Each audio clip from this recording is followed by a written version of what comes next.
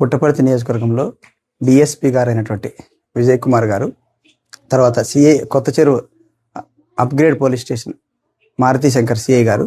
ఇద్దరు కలిసి నన్ను, నా కుటుంబాన్ని, తర్వాత నా మిత్రులు కొంతమందిని, వారి కుటుంబాల్ని అక్రమంగా నిర్బంధించి వేధిస్తూ అక్రమ కేసులు పెడుతూ విపరీతంగా టార్చర్ గురి చేస్తూ ఈ గత 20-30 రోజుల నుంచి ఇదే తంతుగా విపరీతంగా వేధిస్తూ మానసిక ఒత్తిడికి గురి చేస్తూ ఇబ్బంది పెడుతున్నారు. ఇందులో భాగంగా నేను ఫోన్లు చేస్తే లిఫ్ట్ చేయరు, మా ఫ్యామిలీ ఫోన్లు చేస్తే లిఫ్ట్ చేయరు, స్టేషన్కి పోతే ప్రాపర్గా రెస్పాండ్ గారు, రానియద్దంటారు. తర్వాత ఎస్పెషల్లీ ఇద్దరు కలిసి నన్ను బెంగళూరుకి పారిపో, నువ్వు ఈ ఏరియాలో ఉండకూడదు, లేకుంటే నీ మీద పీడీ యాక్ట్ ప్రయోగిస్తాం అని చెప్తూ ఇందులో ఇండైరెక్ట్గా 2-3 సార్లు ఆల్రెడీ మమ్మల్ని అక్రమంగా నిర్బంధించిన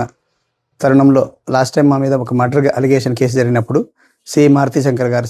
డైరెక్ట్గా నాకు చెప్పడం జరిగింది, నువ్వు ఈసారి జైల్లో నుంచి బయటకు వచ్చిన వెంటనే